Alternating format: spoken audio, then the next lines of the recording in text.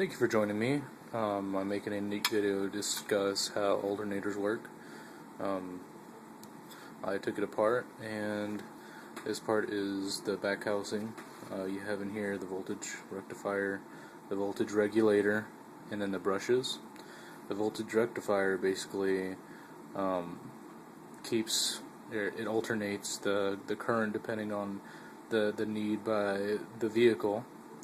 The voltage regulator will actually change the voltage from alternating current to direct current, and the reason why that's important is, as you've guessed, this is a component important in recharging a car's battery and running car components. Well, from what you learned is that alternating current basically just depends on oscillation, moving of an electron a certain distance in one direction, and then the movement back in the same direction.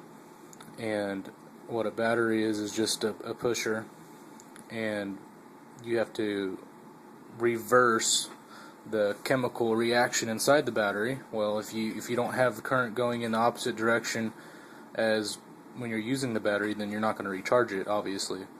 And that's why AC current is terrible in recharging a car battery. Anyways, in here, like I described, are brushes. This is hooked up to the voltage rectifier, and there's two brushes in there. I left one out so you can see what they look like. And what it does is it touches these copper wheels right here, and in here, this is the upper half. We have two parts. I'll move this part off to the side. This portion, which is the outer coil, is called a stator. And what this is these hook up to the voltage rectifier, which this is the first alternator I've ever taken apart, so I kind of snipped those without realizing I could undo those bolts right there. So this is a piece of junk. Anyways, what it does is it sends an electric current through these brushes, which touch the metal bearing here, which, if you look in there, there's another metal coil inside, and this part right here is called the rotor, the inner workings. And as we know in physics, a change in electric field will result in a change in magnetic field, which, if there's a magnet by, or another coil, it has to begin opposing that change. And so the little things that look like teeth, little triangles, are magnets.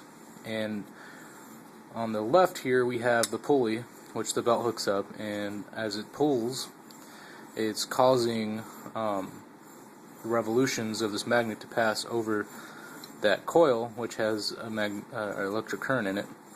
And when the stator is on there, which slips right on there, that's another coil, which then this coil is influenced and begins generating electricity. Well, if you look on here, the coils are actually a little thicker than the ones inside. And the reason being is if you have a smaller diameter wire, then the more wraps you get in a coil, the less revolutions you have to move a magnet around it to get the power. But if you can get this to move at a high enough RPM, you can generate just enough electricity through a thicker wire, which we know how a thinner wire, the cross-dimensional cross-section of it is wider than a smaller wire, and so it causes less resistance. You can pass more amps through this without overheating it. And when that's done, the magnetic current, or the electric current, passes through these three wires into the voltage rectifier, which then some of that voltage, depending on how much is generated, is passed back through the brushes, and pass through the voltage regulator. And that's how a alternator works. Thank you for watching this video.